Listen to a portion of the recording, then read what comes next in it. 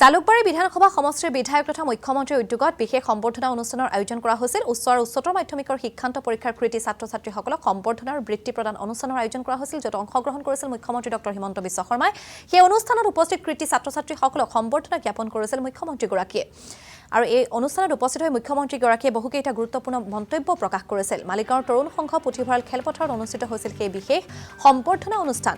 উপস্থিত আছিল কেইবা হাজাৰ কৃতী ছাত্ৰ-ছাত্ৰী আৰু অভিভাৱকসকল। আমি মুখ্যমন্ত্ৰীগৰাকীয়ে কি প্ৰতিক্ৰিয়া ব্যক্ত কৰিছিল শুনাব বিচাৰিছো। কত ফ্যামিলি আছেন আপনার? আমার পরিবারও প্রায় আপনার পরিবার না, টোটাল এই দামছড়া যে নোটিশ হয়েছে, কত পরিবারের কাছে নোটিশ হয়েছে জানেন? আজি নিশা 11 বজাত কেন্দ্ৰীয় গৃহমন্ত্ৰী অমিত শ্বাহ ডাঙৰীয়া গুৱাহাটীলৈ আহিব আৰু তেওঁ ৰাতি কইনাধৰা গেষ্ট হাউচত জিৰণি ল'ব। অহাকালি ৰাতিপুৱা 10 বজাত তেখেত শ্বহীদ স্মাৰকলৈ যাব আৰু অসম আন্দোলনৰ জাতীয় শ্বহীদসকললৈ শ্ৰদ্ধাঞ্জলি জ্ঞাপন কৰিব।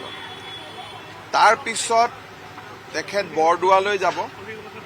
বৰদোৱা বটদ্ৰৱাত মহাপুৰুষ শ্ৰীমন্ত